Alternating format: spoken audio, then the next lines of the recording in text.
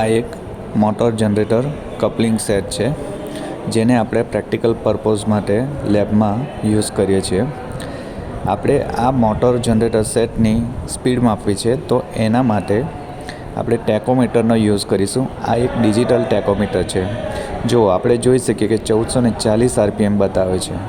Means કે motor અને generator જે કપલ કરેલા છે, બંનેની સ્પીડ કેવી રહેશે? સરખી રહેશે.